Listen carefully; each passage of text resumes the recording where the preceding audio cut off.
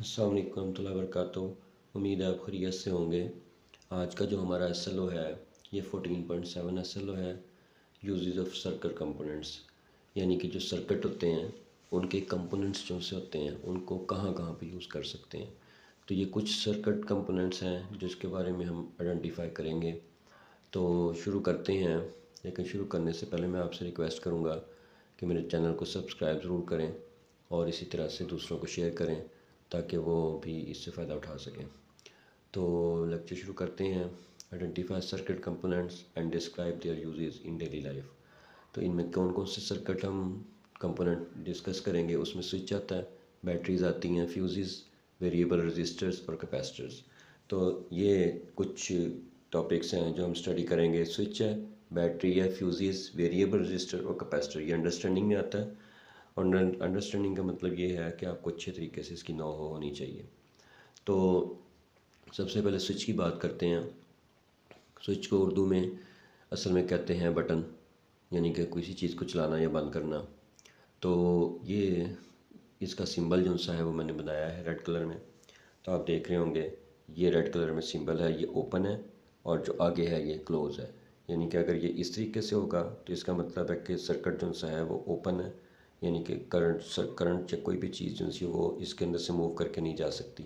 लेकिन जब इस तरह कर देंगे तो ये क्लोज़ हो जाएगा, तो सर्किट के अंदर से चीज़ें गुजर के जा सकती हैं, यानी करंट वगैरह गुजर सकता है। It is use to open and close an electric circuit, यानी कि किस चीज़ को आपने चलाना हो या बंद करना हो तो उसके लिए स्विच यूज़ करते हैं।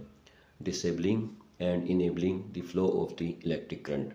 तो इसमें डिसेबल या इनेबल करना हो किसी चीज़ को तो हम इलेक्ट्रिक करंट को डिसेबल या इनेबल करना चाहें तो हम स्विच यूज़ करते हैं। Almost all electric and electronic devices use at least one switch to control their on and off function. यानी कि जब भी कोई चीज़ आप लगाते हैं इलेक्ट्रिसिटी में तो उसके लिए ज़रूरी होता है कि एक स्विच लगाया जाए, ताकि अगर उसमें कोई ख़राबी हो जाए या कोई मसला हो जाए तो उसको बंद किया जा सके और सारी चीज़ें जो सी हैं वो ख़राब ना हों। उसके बाद आता है बैटरीज़। तो बैटरीज़ जो सी हैं उसका सिंबल मैंने बनाया है यहाँ पे। अगर तो छोटी बैटरी यूज़ कर रहे हैं तो सिर्फ ये होगा, जो बड़ी लाइन होती है प्लस को ज़ाहिर करती है और छोटी लाइन जो सी है वो माइनस को ज़ाहिर करती है। लेकिन अगर बड़ी बैटरी यूज़ कर रहे हैं यानी कि 2 3 4 सेल इकट्ठे लगा रहे हैं तो फिर इस तरीके से हम इसका सिंबल बनाएंगे। तो बैटरीज या DC supply are used in our daily lifes in remote के कंट्रोल्स एंड टार्चेस। तो ये बहुत कॉमन चीज़ है जो कि यूज़ करते हैं बैटरीज़ वगैरह। तो ये छोटे सेल की सूरत में हमें आमतौर पे मिलती हैं और रिमोट कंट्रोल्स में और टार्चेस वगैरह में यूज़ करते हैं। These are powered by disposable batteries, यानी कि ये यूज़ करके जब इनकी मियाद ख़त्म हो जाए या इनका फंक्शन ख़त्म हो जाए तो इनको फेंक दिया जाता है, यानी इनको दोबारा से यूज़ नहीं किया जा सकता। ये डिस्पोजेबल होती हैं। लेकिन कुछ बैटरीज़ ऐसी भी आती हैं जो कि चार्जेबल होती हैं। तो चार्जेबल बैटरी में ये होता है कि आप उसको बार बार चार्ज कर सकते हैं, लेकिन उसकी भी एक मियाद होती है, वो 1000 दफ़ा चार्ज हो जाएगा तो फिर ख़त्म हो जाएगी। Some other devices used rechargeable batteries, जिस तरह ये आगे जिक्र आ गया, alkaline batteries in mobile phones, digital cameras, video games. तो इनमें हम कुछ बैकअप हासिल करने के लिए कि हर वक्त हमें जो बिजली जो सी या इलेक्ट्रिसिटी यूज़ ना करनी पड़े तो हम उसको चार्ज स्टोर कर लेते हैं और फिर उसको यूज़ करते हैं। अब ये तो नहीं हो सकता कि अगर आपके पास मोबाइल फ़ोन है तो हर वक्त साथ आप कोई ना कोई इलेक्ट्रिसिटी की चीज़ लेके फिरते रहें, वो तो मुश्किल है, पॉसिबल नहीं है। इसलिए मोबाइल फ़ोन जो सा उसके अंदर बैटरी लगी होती है वो चार्ज हो जाती है। उसके बाद आता है फ्यूज़ेस। तो फ्यूज़ेस जो से हैं उसका जो सिंबल है वो मैंने यहाँ पे बनाया है, ये आगे ये फ्यूज़ेस का सिंबल है, यानी एक लाइन जो सी अंदर से गुजर रही होगी रेक्टेंगल के अंदर से और 2 तारें बाहर निकली होंगी, या फिर इस तरीके से भी बना सकते हैं। दोनों तरह से फ्यूज़ेस का सिंबल जो सा यूज़ होता है। A fuse is a safety device that is connected in series with the live wire in the circuit to protect the equipments when excess current flows। अब होता क्या है कि जो फ्यूजेस होते हैं ये हम लाइव वायर में यूज़ करते हैं। लाइव वायर में इसलिए यूज़ करते हैं क्योंकि उसके अंदर करंट होता है। जब करंट ज़्यादा आ जाएगा या कोई चीज़ जो सी है वो मसला कर रही होगी तो करंट के ज़्यादा होने की वजह से फ्यूज़ जो सा है उसकी जो सी वायर होती है अंदर वो बर्न हो जाएगी, क्योंकि वो ज़्यादा जो करंट है उसको नहीं पास आउट होने देगी, तो वो बर्न हो जाएगी, तो आगे जो भी सेफ्टी डिवाइस होगी वो बच जाएगी।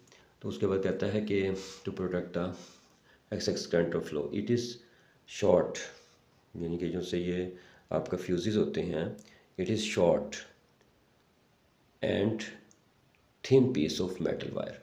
तो ये बारीक सी और शॉर्ट यानी छोटी सी तार होती है जो के अंदर लगाई जाती है, that melts when large current passes through it. जब ज़्यादा करंट इसके अंदर से गुजरेगा तो ये मेल्ट हो जाएगी या ब्रेक हो जाएगी, ठीक है। Fuses are normally rated as 5 ampere, 10 ampere, 13 ampere या 30 एम्पेयर।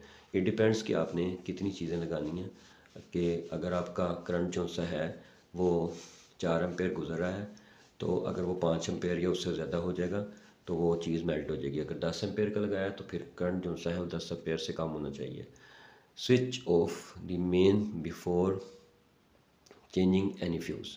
अब अगर फ्यूज़ आपका मेल्ट हो गई है वायर उसकी और आप फ्यूज़ को चेंज करना चाहते हैं तो सबसे पहले आप स्विच ऑफ करें मेन स्विच को, यानी कि मेन जो सा जहाँ से करंट आ रहा है वो बाहर तार से जो करंट आ रहा है उसको मेन को स्विच को ऑफ करें, फिर उस फ्यूज़ को चेंज करें। Fuses should be connected in live wires. अगर ये लाइव वायर में नहीं लगाएंगे बल्कि किसी और वायर में लगा देंगे तो फिर उसका नुकसान ये होगा कि अगर फ्यूज़ जो से मेल्ट हो भी जाएगा तो फिर भी करंट आता रहेगा जिससे नुकसान होने का खदशा होता है। Fuses to be used should have slightly move more rating than the current, P is equal to IV। यानी कि जो हम पावर निकालते हैं वो हम करंट जितना यूज़ कर रहे हैं वो और जितनी वोल्टेज हम यूज़ कर रहे हैं वो, यानी इस फार्मूले में हम ये जो सा है कीमत रख देंगे P is equal to IV में, यानी कि I जितना करंट यूज़ कर रहे हैं वोल्टेज जितनी हमारी है तो पावर निकल आएगी, तो उस पावर के लिहाज से हम फ्यूज़ जो सा है वो सिलेक्ट कर लेंगे। तो इस तरीके से ये फार्मूला जो सा है यूज़ करते हैं ताकि जितना जहाँ हमारा जो सा है करंट गुज़र रहा है उससे कुछ थोड़ा सा ज़्यादा जो सा रेटिंग रख के उसको लगा देते हैं, क्योंकि अगर बिल्कुल पूरी पूरी रेटिंग लगा देंगे तो जैसे ही करंट जो सा है वो गुजरेगा तो वो मेल्ट हो जाएगा और आपको तंगी होगी बहुत ज़्यादा। फिर उसके बाद आता है वेरिएबल रजिस्टर। तो अब वेरिएबल रजिस्टर जो से हैं, वेरिएबल रजिस्टर जो से हैं इसका मतलब ये होता है कि इसको आप चेंज कर सकते हैं, यानी रेजिस्टेंस जो सी है वो कम ज़्यादा कर सकते हैं। तो वैसे तो रेजिस्टेंस का साइन ये होता है, लेकिन इसके ऊपर ये जो सा तीर का निशान लगा हुआ है ये बताता है कि ये वेरिएबल है। अगर ये एरो का निशान नहीं लगाएंगे ऊपर तो इसका मतलब है कि ये अकेला रजिस्टर है, यानी कि चेंज नहीं हो सकता। लेकिन अगर इसके ऊपर एरो लगा देंगे तो ये वेरिएबल रजिस्टर हो जाएगा। These are used in electric circuits to adjust a value of current और वोल्टेज, यानी कि करंट या वोल्टेज की वैल्यू कम या ज़्यादा करना हो तो हम ये वेरिएबल रजिस्टर लगाते हैं। Since the resistance of variable registers can be set to a certain value, इसको एक ख़ास वैल्यू पे सेट करते हैं। It allows us to adjust the value of voltage by changing the resistance. तो हम फिर इसको अलो करते हैं कि एडजस्ट कर सकते हैं वैल्यू को वोल्टेज की बाय चेंजिंग रेजिस्टेंस, यानी रेजिस्टेंस कम या ज़्यादा करेंगे तो वोल्टेज की वैल्यू कम या ज़्यादा होगी, क्योंकि V is equal to I R जो हमने ओहम लॉ से किया था उसमें हमने V प्रोपोर्शनल टू I किया है, यानी कि जो रेजिस्टेंस हमारी आएगी, जो R हमारा रेजिस्टेंस प्रोपोर्शनलिटी आता है उसको कम या ज़्यादा करने से रेजिस्टेंस और करंट की वोल्टेज और करंट की वैल्यू जो सी वो चेंज होती है। तो कहता है कि अगर हम रेजिस्टेंस और वोल्टेज का कम्बिनेशन करना चाहते हैं कि वोल्टेज कम हो या ज़्यादा हो रेजिस्टेंस से, तो हमें फिर करंट जो सा है उसको कांस्टेंट रखना पड़ेगा V is equal to I R के फार्मूले से। तो R is equal to V over I आ जाएगा, तो I जो सा है कांस्टेंट हो जाएगा तो R जो सा है वो V के प्रोपोर्शनल हो जाएगा, यानी कि जितनी रेजिस्टेंस बढ़ती जाएगी वोल्टेज उतनी कम बढ़ती जाएगी, जितनी रेजिस्टेंस कम होती जाएगी वोल्टेज जो सी है वो कम होती जाएगी। उसके बाद लास्ट जो सा आता है हमारा इसमें कंपोनेंट, वो है हमारा कैपेसिटर। कैपेसिटर के लिए दो पैरेलल प्लेट्स यूज़ करते हैं, यानी दो ये हमने पैरेलल लाइन लगा के दो जो सी हैं वो इसके तारें लगा दी हैं।